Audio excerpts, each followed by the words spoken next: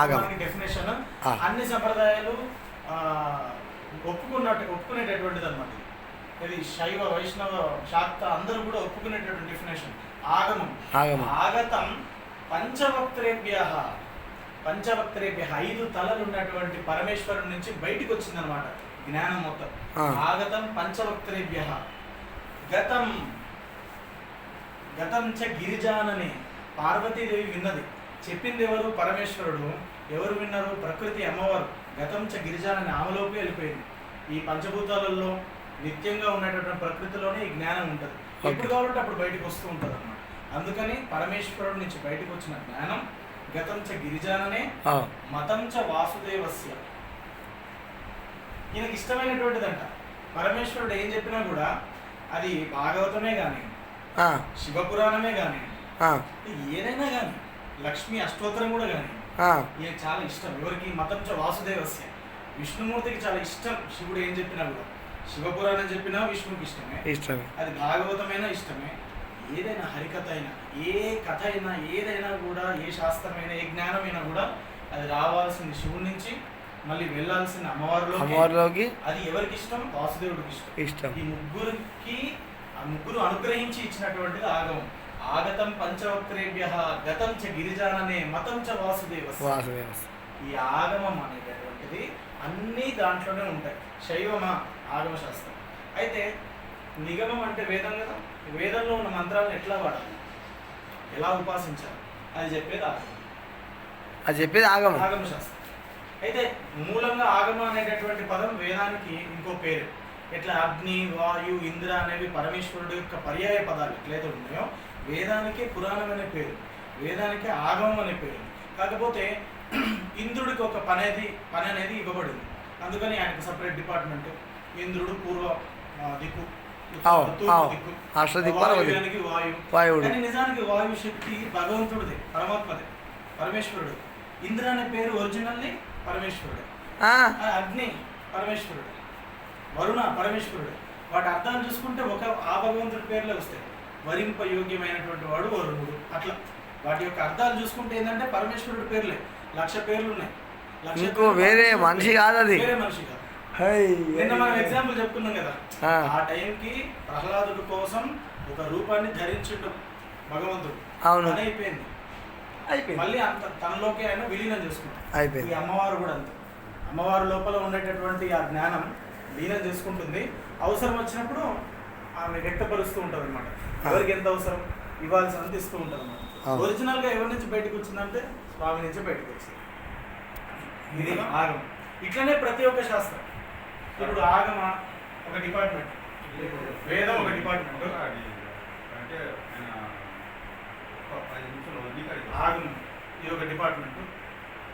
3 దర్శనం, నిగమాగం, న్యాయ, వైశేషిక, సాంఖ్య, యోగ, పూర్వమీమాంస, ఉత్తర మీమాంస. ఇది దర్శనాలు, షడ్దర్శనాలు 6 ఉంటాయి. 6 దర్శనాలు. తర్వాత వేదాంగాలు ఉంటాయి. శిక్ష, వ్యాకరణ, కల్పం. అవును, 6 వేదాంగాలు. శిక్ష, వ్యాకరణ, కల్పము, జ్యోతిష్, ఛందస్సు, కల్ప, నిరుక్త, జ్యోతిష్, ఛందస్సు.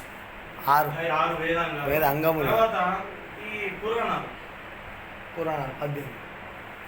మన ఊర్లో ఉండేటటువంటి గ్రామ దేవతల స్థల పురాణాలు కూడా ఈ పురాణాల నుంచి బయటకు వచ్చాయి. మహాపురాణాలు, ఉప పురాణాలు, ఉప పురాణాలు, గ్రామ దేవతలు, ఎల్లమ్మ, మల్లమ్మ. మన పుట్టు పూర్వత్రాలు కూడా దీంట్లోనే ఉంటాయి. సాంకేతికంగా కొన్ని చెప్తారు, కొన్ని కల్పితాలు ఉంటాయి, కొన్ని నిజాలు ఉంటాయి. ఏమైనా కూడా మనకు లభించేటటువంటి ఆధారాలు దీంట్లో ఉన్నాయి. దేశ విదేశాలలో ఉండేటటువంటి అన్ని స్థల పురాణాలు కూడా. అవును, ఇప్పుడు పాంచాలి. ఒక ఇంటర్వ్యూలో చూసిన సౌత్ అమెరికాలో ఈ వాళ్ళెవరు ఇండియన్స్, ఆ ఇండియన్స్ ఎవరు వెస్ట్ ఇండీస్ అట. అక్కడ ఉండేటటువంటి జాతి మొత్తానికి కూడా మూలం ఒక పర్వతం ఉందట. పర్వతం మీద త్రిశూలం ఉంటుంది. అది అనంతుడి యొక్క ఆయుధం అట. సర్పాలలో అనంతుడు ఉంటాడుగా, అనంతుడి యొక్క ఆయుధం త్రిశూలం. త్రిశూలం గుర్తున్నటువంటి పర్వతం ఇప్పటికీ ఆడుంది. ఉన్నటువంటి జనాలందరిని అడిగితే ఆ పర్వతం మా జాతికి మూలం అని చెప్తున్నారు. రామాయణంలో ఏంటి వానర సైన్యానికి అధిపతి సుగ్రీవుడు వానరులందరికీ చెప్తూ ఉంటే ఈ పశ్చిమం వైపు, ఉత్తరం వైపు అక్కడ ఉన్నటువంటి అడ్రస్లన్నీ చెప్తూ ఉంటాడు. ఇక్కడికి వెళ్ళండి, ఆదేశం వస్తుంది, దాని వెళ్ళొద్దు, దీన్ని ముట్టుకోవద్దురా, దాన్ని ముట్టుకోవద్దురా అని చెప్తా ఉంటాడు. అది సరిహద్దు అని చెప్తూ ఉంటాడు.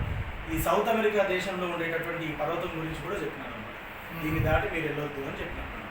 ఆ పర్వతానికి ఎదురుగా ఒక పెద్ద సౌధం ఉంది, దాంట్లో గరుత్మంతుడు ఉంటాడు అని చెప్పాడు. ఆయన రాజ్యం అంటారు. ఇప్పటికీ ఆ పర్వతం ఉంది. గుళ్ళు అవన్నీ కూడా కట్టడాలు కాలక్రమేణా కలిసిపోతాయి, కానీ పర్వతం దానిపైన త్రిశూలాకారంలో ఇప్పటికీ ఉందంట. రష్యాలో కూడా కొన్ని ఒక 20-30 నదులు కలిసేటటువంటి ప్రదేశం ఉంది. ఆ నదుల పేర్లు కూడా సంస్కృతంలో ఇప్పటికీ ఉన్నాయి. ఇవన్నీ ఏం చెప్తారంటే పురాణాలు చెప్తారు. సో ఇదొక డిపార్ట్మెంట్. మరి అయోధ్య పురాణం కూడా దానికి ఉంటుంది. కోర్టుల కేసు ఉన్న తర్వాత అయోధ్య ఉండదు. సుప్రీంకోర్టుల కేసు సరైనదికినే వేదం, ఆగమం, దర్శనం, వేదాంగాలు, పురాణాలు, తర్వాత ధర్మశాస్త్రం, తర్వాత వైదికులు ఎట్లా పెళ్లి చేసుకోవాలి, వైష్ణవులు ఎట్లా పెళ్లి చేసుకోవాలి, వైవిధ్యమే ఉండాలి కదా. ప్రపంచంలో రంగురంగుల పూలు ఉన్నట్లే రంగురంగుల సంప్రదాయాలు ఉండాలి. అన్ని పూలు దేవుడి దగ్గర రావాలి. ఒకటే రోజు పప్పు తినమంటే శాపం. రకరకాల కూరలు చేస్తే అదొక ఆనందం ఉండాలి. అందరు ఉండాలి, అందరు బాగుండాలి. ఉండమని చెప్పేది ధర్మశాస్త్రం. వైవిధ్యం మనది, వైవిధ్యం కాదు అని చెప్పేటటువంటిది ధర్మశాస్త్రం. ఉండాలి, అందరు ఉండాలి, ధర్మశాస్త్రం. ఇట్లా ఒక 10 డిపార్ట్మెంట్స్ ఉంటాయి స్వామి. ఓకే. వేదం, తర్వాత ఆగమం, దర్శనం, వేదాంగాలు, పురాణాలు, ధర్మశాస్త్రాలు, ఇంకా కావ్యాలు, ఉపనిషత్తులు, కావ్యాలు, ఇతిహాస. ఎగ్జాంపుల్ రామాయణం కావ్యం. కవి కర్మ కావ్యం. కవి మొట్టమొదటి కావ్యం రామాయణం. భాగవతం పురాణం, శివపురాణం, అగ్నిపురాణం, భాగవతం పురాణం. మహాభారతం ఇతిహాసం. Day to day, year by year చెప్తుంది అనమాట ఇతిహాసం. కావ్యం మాత్రం ఒక సపరేట్ టాపిక్ తీసుకొని దాని గురించి కావ్యం రాయడం అంతా కూడా ఉంటుందన్నమాట.